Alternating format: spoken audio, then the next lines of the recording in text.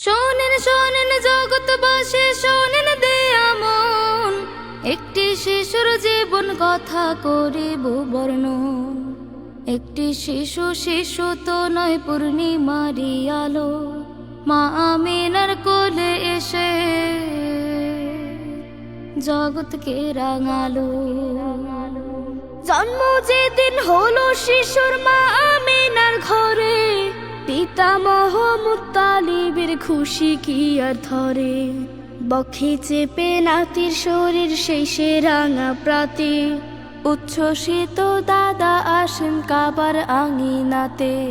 গোত্রপতি বলেন যে আব্দুল্লাহর আওলাদ, আজ থেকে এই চাঁদের কণার নামটি মুহাম্মদ।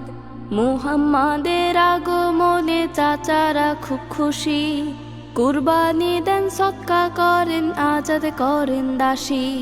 পিতৃহারা শিশুটির বক্ষে চেপে রেখে মা আমিনা আধার ধরা